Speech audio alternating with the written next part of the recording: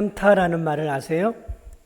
연세 드신 분들 가운데 이 현타라는 말을 알고 계시다면 상당히 젊게 살고 있는 것입니다. 우리 찬양대원들 비교적 젊은 분들인데 현타라는 말을 아세요? 잘 모르세요?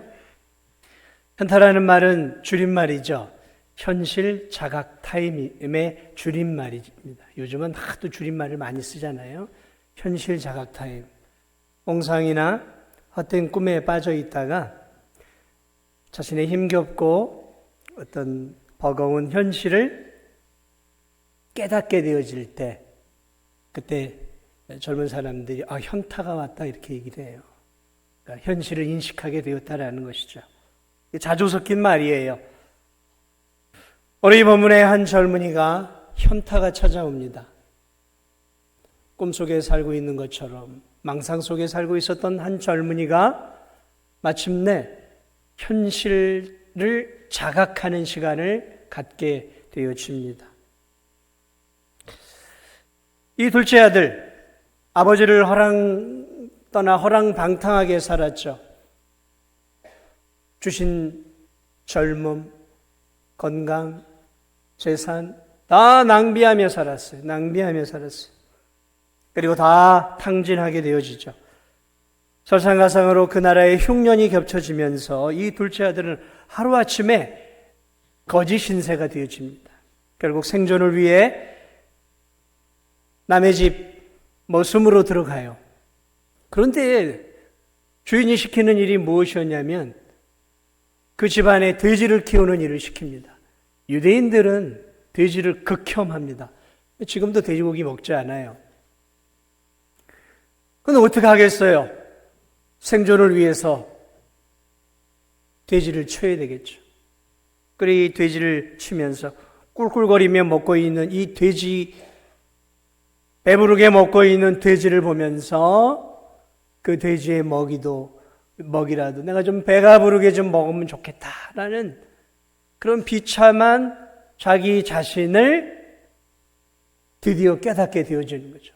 바닥을 치는 인생 속에서 비로소 현타가 온 거예요. 내가 돼지만도 못한 인생이었구나.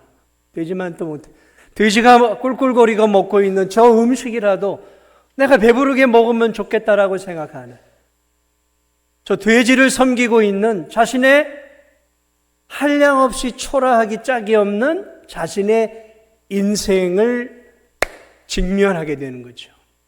이게 현타예요. 현실 자각 타임을 갖게 되어지는 거죠.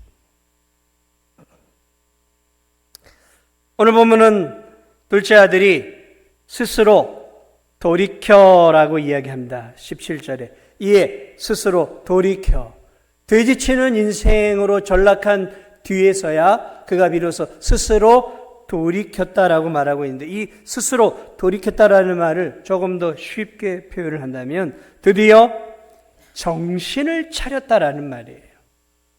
드디어 정신을 차렸다라는 거예요.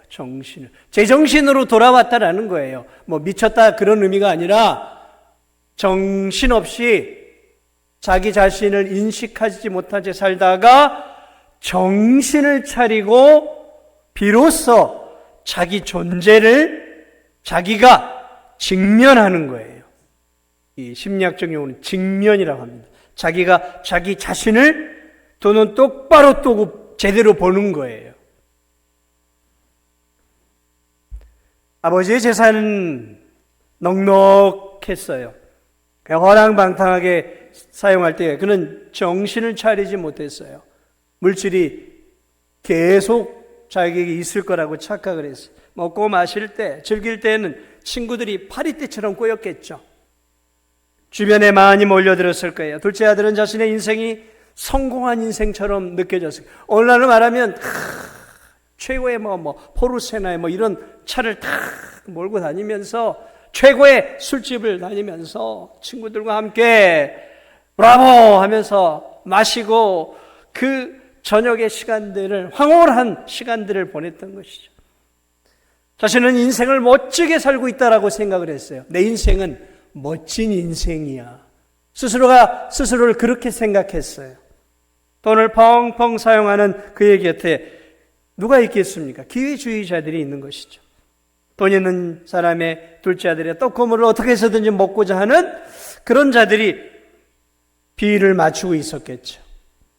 누구 하나 둘째 아들에게 참 교훈이라든지 또 어떤 충고를 해주지 않았을 거예요. 아버지를 떠난 삶이 그에게 있어서는 스스로 인생의 최고의 선택이고 나는 내 인생의 최고의 황금기를 구가하고 있다라고 착각하면서 그는 구름 위에 떠 있는 인생을 살았어요. 구름 속의 인생이었어요. 먹고 마시고 즐길 때 사람들은 그 주변에 몰려들었어요. 스타가 된 기분 아니겠습니까? 사람이 돈을 많이 벌어서 펑펑 쓰는 이유가 무엇입니까? 백화점 같은 데서 돈을 펑펑 써보세요. 귀족 대접을 받습니다. 귀족 대접을 받습니다. 그런 재미가 있는 것이죠. 돈 쓰는 재미. 여기 돈 쓰는 재미를 아시는 분 계세요? 카드 쭉쭉 긁고 한번 백화점 돌아다녀 보세요. 그 재미가 설설합니다. 그러다 이제 카드값 날아오면 망하는 것이지만 어쨌든 이 돈 쓰는 재미, 그것은 오늘 이 젊은이를 자기 자신을 바라보지 못하게 눈을 가리어버리고 말았어요. 그런데 어느 날 인생의 위기가 찾아왔어요. 가진 재산이 바닥을 드러내었고 흉년도 찾아왔어요. 한순간에 인생의 바닥으로 추락합니다. 먹고 마시고 즐기던 그 파리떼처럼 몰려들었던 친구들이 어디론가 다 사라져 버렸단 말이죠. 돈을 쓸 때는 그 많던 사람들, 아부하던 친구들이 어디론가 다 사라져 버렸어요. 돈이 없으니까. 이제 돈 없는 그를 아무도 친절하게, 아무도 그 곁에 없습니다. 쌀떡의쌀이 다 떨어져 버렸어요. 쌀떡의쌀이 다 떨어져 버렸어요. 이제 아침에 먹을 쌀이 없고 점심에 먹을 쌀이 없는 거예요. 생존을 위해 어쩔 수 없이 그는 남의 집에 머슴으로 들어갔는데 하필 공교롭게도 그 주인이 야 너 저기 가서 내 돼지들 좀 쳐라 하고 보낸 거예요. 어쩔 수 없이 돼지를 치는 일을 한 거예요. 유대인들에게 돼지는 극혐이에요. 혐오하는 동물이에요. 그래서 지난 시간에 얘기했지만 랍비들은 돼지를 치는 자여 저주를 받을지어다 그랬어요. 랍비들이. 그런 그가 돼지를 치고 돼지를 부러워하고 돼지를 섬기는 되지만도 못한 인생이 되어져 버렸다라는 것이죠. 그 꿀꿀거리고 먹는 돼지의 음식에 침을 질질 매일 흘리면서 비로소 현타가 온 거예요. 내가 되지만도 못한 인생이었구나. 저 돼지는 주인이 주는 것이라도 배부르게 먹는데 우리 아버지 집에는 하인들도 배부르게 먹고 마시는데 야 나는 여기서 뭐 하고 있는 것인가 현타가 왔어요. 자신이 인생의 심각한 위기가 찾아오자 비로소 둘째 아들은 자신의 삶을 천천히 돌아보기 시작합니다. 자기가 자기를 직면합니다. 마주보기 시작한 거죠. 마치 우리가 아침에 거울을 보고 자기의 얼굴을 뚜렷이 바라보면서 아유 얼굴에 여기에 뭐가 묻었네. 아유 주름이 많이 늘었네. 아이고 검버섯이 늘어가네. 그러면서 자기가 거울을 보면서 자기 얼굴을 직면하는 것처럼 자기 삶을 직면한 것이죠. 직면하는 건 쉽지 않아요. 쉽지 않습니다. 여러분 얼굴 거울에서 맨얼굴 뚜렷하게 보면서 막 그러세요? 아유, 이 주름진 얼굴은 보고 싶지 않아. 그러면서 빨리 이렇게 화장하고 가지 않아요?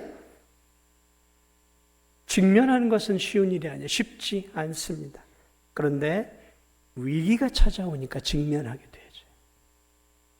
그러면서 자신의 삶을 돌아보며 내가 얼마나 한심스러운 인생을 살았고 얼마나 내가 내 시간과 내 젊음을 낭비하고 살았는가.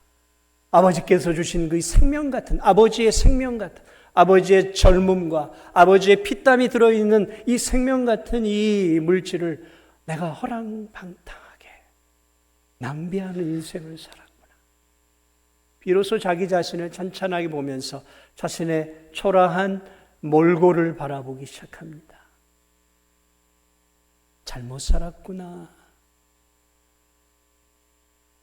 사랑하는 여러분, 우리 성도들 가운데 참 분주하게 부지런히 또 열심히 바쁘게 살아가는 성도들이 참 많아요.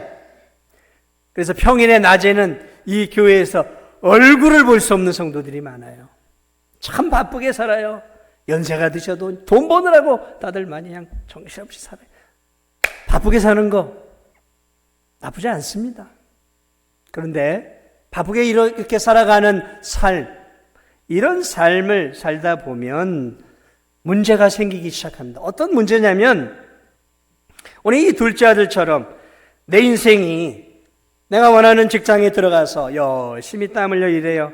일하다 보니까 직장도 안정이 되고 직급도 올라가요. 일구었던 사업도 어느 정도 이제 궤도에 올라서요. 따박따박 월급이 잘 들어와요. 이제 사업을 통해서 먹고 살만해져 가요. 세상 진도 사람들이 그래도 자네는 좀 성공한 거야. 가업도 일으키고 괜찮아. 그런 얘기를 들을 때마다 내 인생이 성공한 것 같고 내 인생만이 아니라 내 신앙도 더불어 성공한 것처럼 느껴지는 거예요. 교회에서도 마찬가지겠어요. 교회에서도 잘 나가고 나름 돈도 벌고 그러면은 교인들이 하나님이 복을 많이 주셨네. 이런 얘기들을 막 그냥 서슴없이 하니까 자기의 신앙생활을 돌아보지 못하고 인생에 성공을 하고 먹고 살만하면 자기 신앙도 성공한 것처럼 착각하기 시작한다는 거죠. 자기 자신을 돌아보지 않아요. 자기의 신앙을 돌아보지 않아요. 그냥 괜찮은 신앙인이라고 생각해요. 삶이 평탄하고 인생에 큰 위기가 없고 가정이 평안하게 되어질 때, 그럴 때 일반적으로 성도들은 내 신앙도 괜찮네 라고 스스로가 스스로를 속이며 살아가기 시작한다는 거예요. 그렇습니다. 이 둘째 아들처럼 성도들 가운데 자신의 삶이 평안하고 문제가 없고 모든 것들이 순적하게 진행되어지면, 나름 세상에서 안정되고 인정받는 자리에 올라서면 하나님이 나에게 복을 주어서 내가 이 자리에 올라왔으니 내 신앙도 나름 성공한 신앙이야 라는 보이지 않는 내 마음 깊은 곳에 교만한 신앙이 자리 잡으면서 나는 괜찮은 신앙이냐 라고 생각하며 자기의 신앙을 돌아보지 않아요. 돌아보지 않습니다. 그저 세상의 삶과 내 신앙을 그냥 동일화시켜버려요. 그러다 살아가는 가운데 인생의 위기가 오죠. 예상치 못한 가정에 우환이 오고 질병이 찾아옵니다.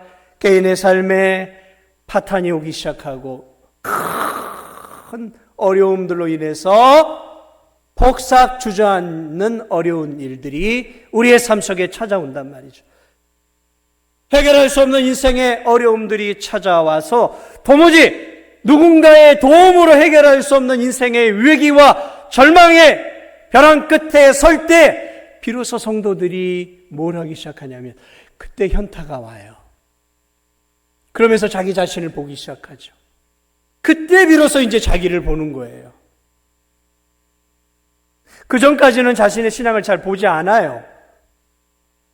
인생에 어려움이 없으면 자기의 신앙을 눈여겨보지 않아요. 그저 괜찮아 하고 그냥 지나가요. 그러다 인생에 큰 위기가 찾아오고 질병이 찾아오고 사업에 문제가 생기고 직장에서 명퇴를 하게 되어지는 그런 일들이 생기면서 인생의 어려움이 찾아올 때 그때 비로소 우리가 우리 자신을 주의 깊게 보기 시작하는 거죠. 내가 잘 살아왔나? 내가 정말 하나님 앞에 바르게 살아왔나 하면서 내 신앙을 그때 깊이 있게 살펴봐요.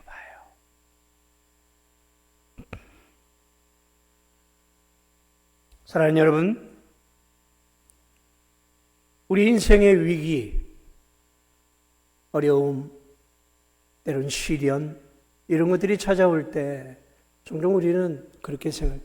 왜 하나님 나에게 이런 어려움을 주세요? 하나님 왜 나에게, 다른 성도들은 멀쩡한데 왜 우리 가정에만 이런 어려움을 주세요라고 불평하고 불만하는 성도들이 있어요. 그러나 여러분, 그런 위기와 인생의 어려움과 눈물 나는 시련이 찾아올 때 성도들은 왜 하나님 나예요? 다른 사람도 많은데 왜 하필 나에게만, 이렇게 말하는 게 아니라 이런 어려움들이 찾아올 때 하나님 이런 어려움을 통해 내가 뭘 깨닫기를 원하십니까 하면서 이 인생의 위기를 내 신앙을 돌아보고 내 신앙을 회복시키는 기회로 만들 수 있어야 되는 거예요. 그게 참된 성도의 모습이죠. 왜 나예요?가 아니라 하나님이 내 인생에 브레이크를 거시는구나. 내 인생에 브레이크를 걸어서 나로 하여금 내 인생이라고 하는 차를 점검하게 하시는구나. 나를 돌아보게 하시는 거죠. 왜냐하면 그대로 내버려 두면 브레이크가 고장나 더 질주해, 더 하나님으로부터 더 멀리 떠나버릴 수 있을 수 있단 말이죠. 하나님이 인생의 위기와 어려움들을 우리에게 주시는 이유는 우리로 하여금 다시 한번 우리의 인생을, 우리의 신앙의 삶을 철저하게 돌아보고 점검하라고 주신 기회임을 여러분 믿으시기 바랍니다. 그래서 성도는 인생의 어려움을 세상 사람과 같이 해석하면 안 되는 거예요. 주님이 나에게 다시 돌이킬 수 있는 기회를 주시는 것이구나. 이런 시각으로 바라볼 때 인생의 위기는 정말로 우리의 신앙의 성장의 삶의 회복의 진정한 기회가 되리라 믿습니다. 여러분, 이 둘째 아들이 잘 먹고 잘 살 때는 전혀 아버지를 생각해 보지도 않았고 구름 위에 떠가면서 나는 잘 살고 있고 나는 멋진 인생이고 나는 황금길을 구가하고 있어라고 착각하고 살았단 말이죠. 그러나 그가 인생의 밑바닥을 칠 때 비로소 그는 자기 자신을 깊이 되돌아보는 인생의 위기를 기회로 만들었다는 거죠. 이게 오늘 우리가 이 아들을 통해 배워야 할 부분이에요. 배워야 할 부분. 위기는 언제나 기회인 것이죠. 기회입니다.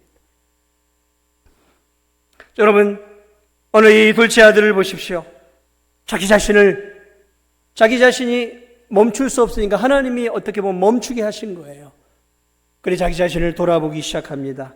그리고 18절에 자기 자신을 돌아보면서 18절에 그가 이렇게 얘기합니다. 내가 일어나 아버지께 가서 이르기를 아버지 내가 하늘과 아버지께 죄를 지었사오니. 이 아들이 인생의 위기 속에서 자기 자신을 천천히 돌아보기 시작하면서 마침내 무엇을 발견하게 되어지냐면 자신이 지나온 삶이 하나님께 그리고 자신의 아버지에게 죄를 지은 삶이었다라는 것들을 깨닫게 되었다라는 거예요. 자신이 죄인임을 마침내 깨닫게 되었다라는 거죠. 놀라운 인생의 전환점이 이 아들에게 주어진 거예요. 자신은 아버지의 아들이라 더 이상 말하기가 부끄러울 만큼 자신의 죄인됨을 깨닫고 인정하기 시작했다. 여러분, 이렇게 되면 이제 이 인생은 놀라운 변화가 생겨지는 것이죠. 잘 먹고 잘 살 때 이 아들은 자신이 아버지에게 죄를 지었다라고 생각하지, 하나님에게 죄를 지었다라고 생각하지 않았어요. 자신은 잘 살고 있었고 문제없는 인생이라고 생각했단 말이죠.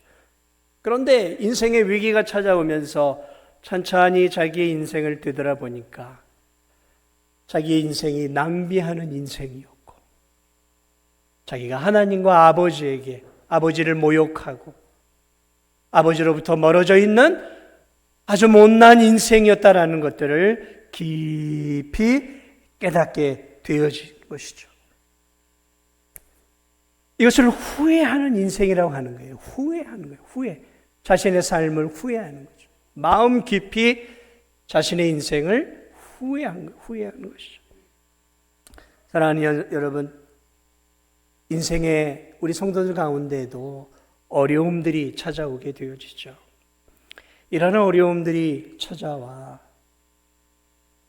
인생의 바닥을 치게 되죠.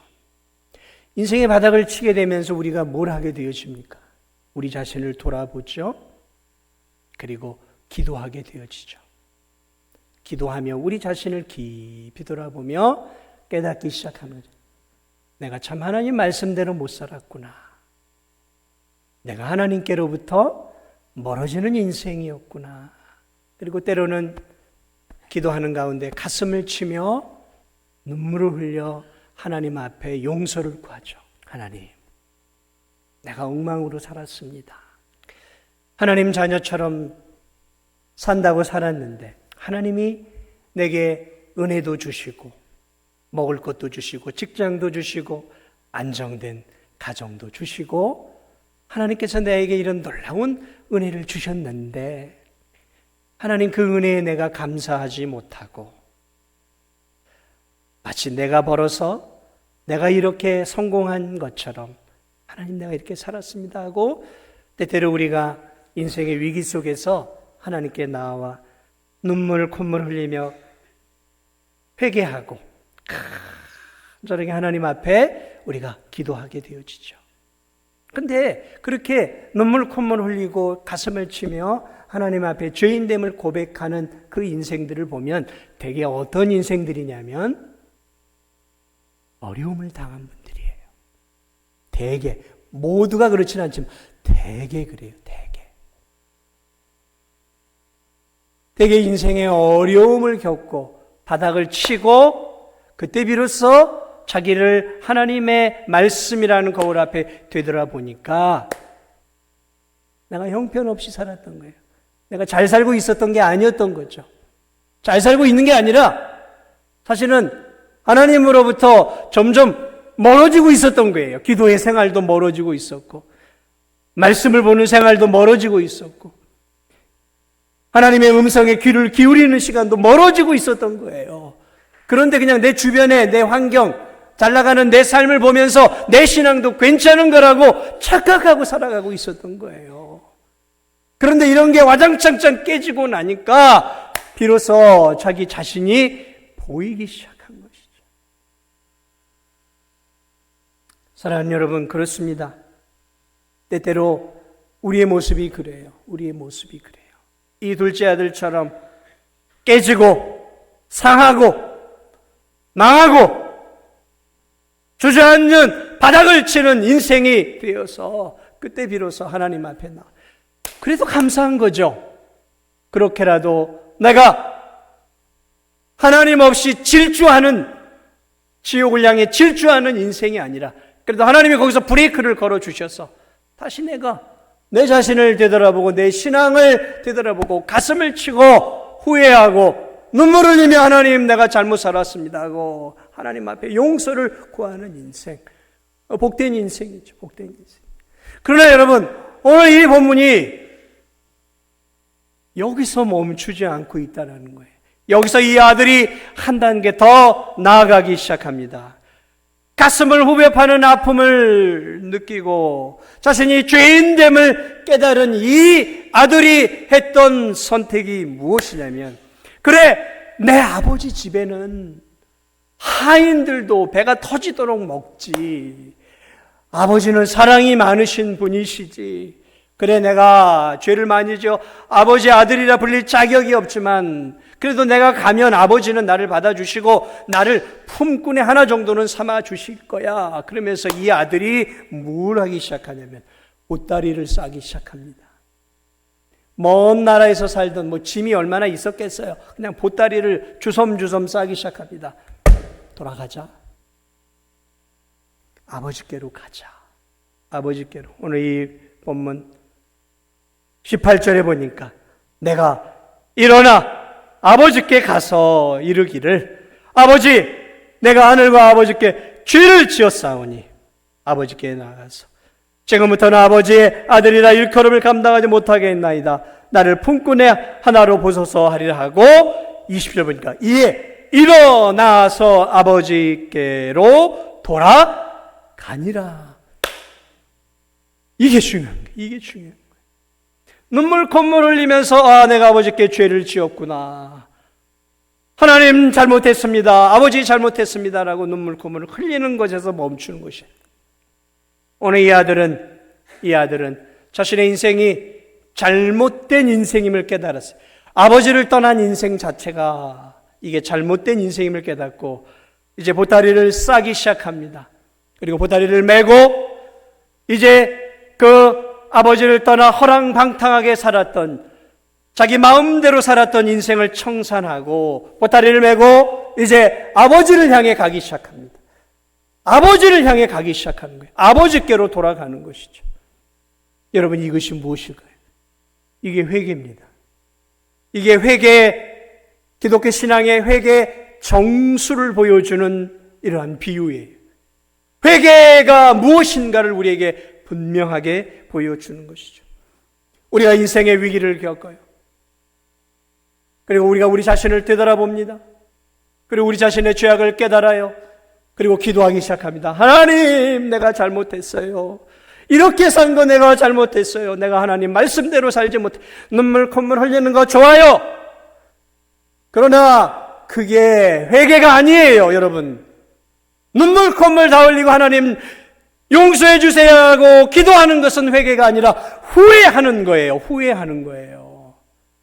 회개는 돌이킬 게 아닙니다.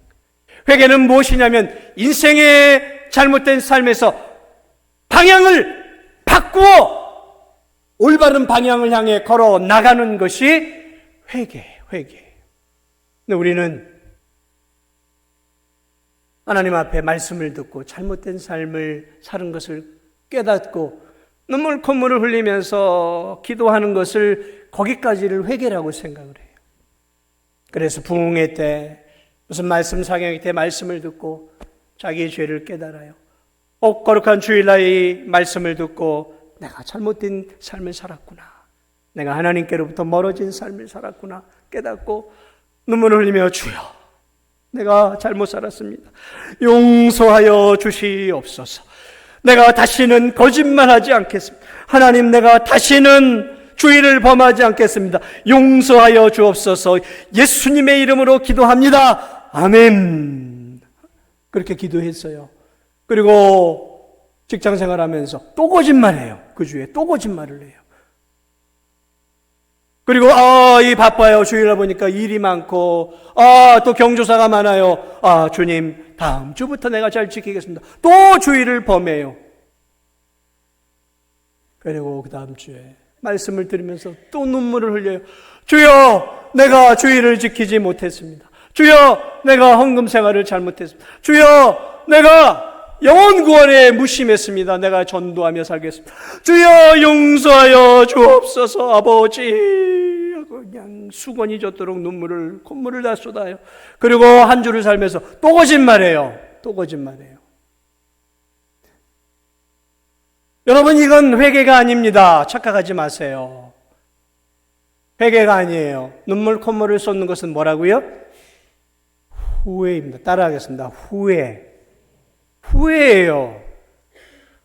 그 회개 아닙니다. 회개는 뭐라고요? 눈물 콧물을 다 쏟아놓고 이제 내 삶이 눈물 콧물 다 쏟은 대로 그렇게 살아가는 것이 그게 회개예요. 근데 우리는 눈물 콧물 다 쏟아놓고 회개했다 그래요. 그 회개 아닙니다. 그러니까 자꾸 눈물 콧물만 쏟아요. 삶이 안 바뀐다는 얘기죠. 삶이 바뀌어야 회개예요. 하나님 잘못했습니다. 하나님 잘못했습니다. 용서해 주세요. 가슴 치고 돌아서서 직장 생활하면서 내 다시는 저 사람 미워하지 않을게요, 하나님. 그러놓고 그 주간에 또 미워하고 있어요. 그럼 후회라니까요. 회개 아닙니다. 회개한 것처럼 살지 마세요. 후회해서 머무른 삶을 살지 마세요. 어느 이 아들이 가슴을 쳤어요. 아버지 하나님, 아버지께 내가 죄를 지었네. 이 못난 죄인 하면서 맨날 돼지를 치고 있으면 그거는 뭐예요? 후회하는 인생이에요. 회개하는 인생이 아니에요. 그렇게 날마다 아버지께 잘못했다고 눈물 흘리면서 아침에 일어나면 또 돼지를 치러 가서 돼지 치고 또 돌아와서 아버지께 내가 잘못했네 하고 눈물을, 그거는 후회하는 인생이라고요. 회개하는 인생이 뭐냐고요? 이 삶은 아니야. 이렇게 사는 것은 아버지께 죄를 짓는 인생이야. 그러면서 침을 보따리를 싸고 개나리 보침을 다시 짊어지고 이제 아버지 없던 삶을 돌아서서 이제 아버지께로 가는 거예요. 터벅터벅 아버지를 향해 가는 거예요. 이걸 뭐라고요? 이게 회개예요. 이게 회개라고요. 많은 그리스도인들이 자꾸 눈물 콧물 쏟는 것을 회개라고 생각을 해요. 그건 회개를 향해 나아가는 중간 과정이에요. 고귀한 과정이죠. 눈물 콧물을 쏟는 건 너무 귀한 일이에요. 근데 거기서 멈추면 안 된다는 거예요. 거기서 멈춰놓고 눈물 다 쏟아내니까 마음이 우련하니까 이게 하나님 다 용서해 주신 것이라고 생각해요. 아니요, 그렇지 않아요. 우리 성도들 가운데 제발 그렇게 사는 성도들이 없기를 원합니다. 눈물 콧물 다 쏟으면 가슴이 시원하고 후련하죠. 하나님이 내 죄를 다 용서해 준 것처럼 느끼죠. 아니요, 용서는 거기서 일어나는 게 아니에요. 용서는 돌이키는 삶의 방향 전환이 생길 때 그때 비로소 하나님이 용서해 주시는 거예요. 사랑하는 여러분, 오늘 이 아들의 모습은 우리에게 회개의 정수가 무엇인지를 보여주고 있는 거예요. 사랑하는 여러분, 여러분이 정말로 여러분의 삶 속에서 내가 하나님 앞에 잘못된 삶을 살고 있다면 가슴을 찢으며 회개해야 되겠죠. 그러나 무엇보다도 먼저 여러분의 삶을 좀 멈추고 돌아보십시오. 너무 바빠요. 요즘 너무들 바쁘게 사셔요. 저도 바쁘고 여러분도 바빠요. 분주해요. 그래서 내 마음을, 내 삶을 깊이 돌아보지 않아요. 먹고 살기 바쁘니까 그냥 내 삶은 그냥 다람쥐 쳇바퀴 돌듯 그냥 돌아가는 거예요. 지금 내가 제대로 살고 있는지, 하나님이 내 삶을 바라보면서 안타까워 하시는지 이런 것들을 보지를 못해요. 그냥 이렇게 그냥 살아가는 것들을 그냥 하나님이 그냥 그래 너는 진도정학교에서 중간 정도 하는 신앙인이다 그렇게 보실 거라고 생각하면서 살아가고 있어요. 근데 과연 그렇게 보실까요? 그건 내 생각이고요. 주님 생각은 다를 수 있다는 것이죠. 그러므로 사랑하는 여러분,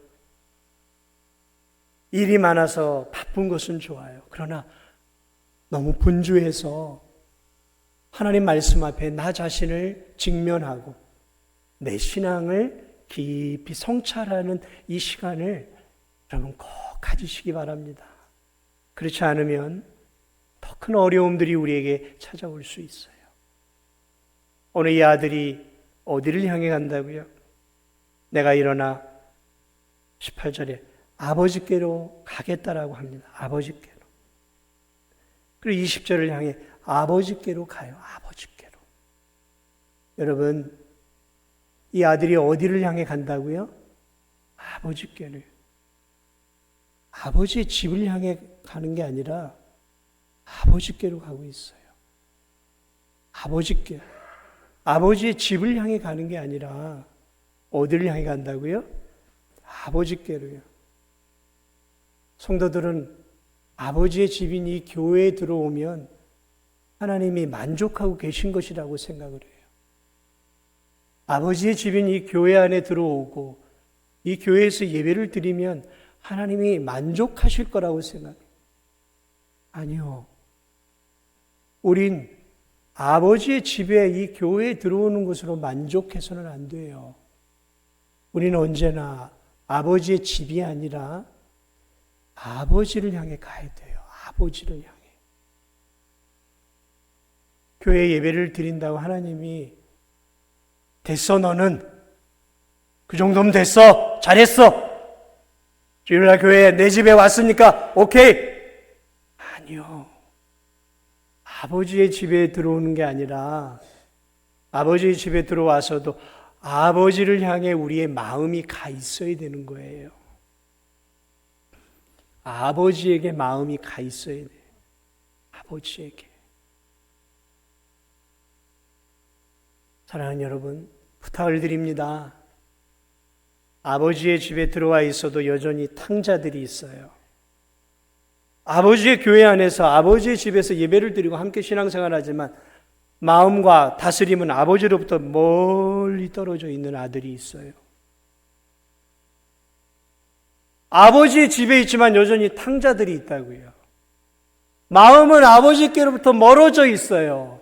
아버지의 말씀대로 살지 않아요. 그런데 주일은 교회에 와요. 나는 아버지 말씀대로 산다고 착각하며 사는 성도들이 있어요. 아니요. 아버지께로 가야 되는 거예요. 아버지의 집이 아니라. 저는 우리 성도들이 오늘날 너무 분주한 이 시대를 살아가면서 자기 자신을 자꾸 돌아보지 않는 성도들이 너무 많아요. 깊이 돌아보십시오. 어려움이 찾아올 때, 위기가 찾아올 때, 시련이 찾아올 때 그때 비로소 눈물 흘리며 나 자신을 돌아보고 그때 돌이키지 마시고 건강할 때, 젊을 때, 내 삶이 지금 잘 나갈 때, 이럴 때 더 하나님의 말씀 붙잡고 그 말씀 속에서 더 나 자신을 돌아보면서 하나님의 복을 받을 때 우리가 더 하나님께 나아가면 얼마나 복된 성도이겠습니까? 저는 우리 성도들이 성공적으로 살아갈 때, 잘 살 때, 건강할 때, 행복할 때, 지금 이렇게 멋지게 살아갈 때 더 하나님께로 가까이 나아가 그 말씀 속에서 우리 자신을 살피고 우리 자신이 하나님의 말씀으로부터 멀어져 있는 삶이 있다면 빨리 회개하시고 돌이키시면서 더욱더 하나님이 기뻐하시는 말씀대로 살아가는, 말씀에 순종하며 말씀의 다스림을 받고 그 말씀에 민감하게 반응하면서 하나님이 기뻐하시는 그런 아름다운 믿음의 삶을 이번 한 주도 살아가시기를 주 예수 그리스도의 이름으로 축복을 드립니다. 우리 함께 찬양하기를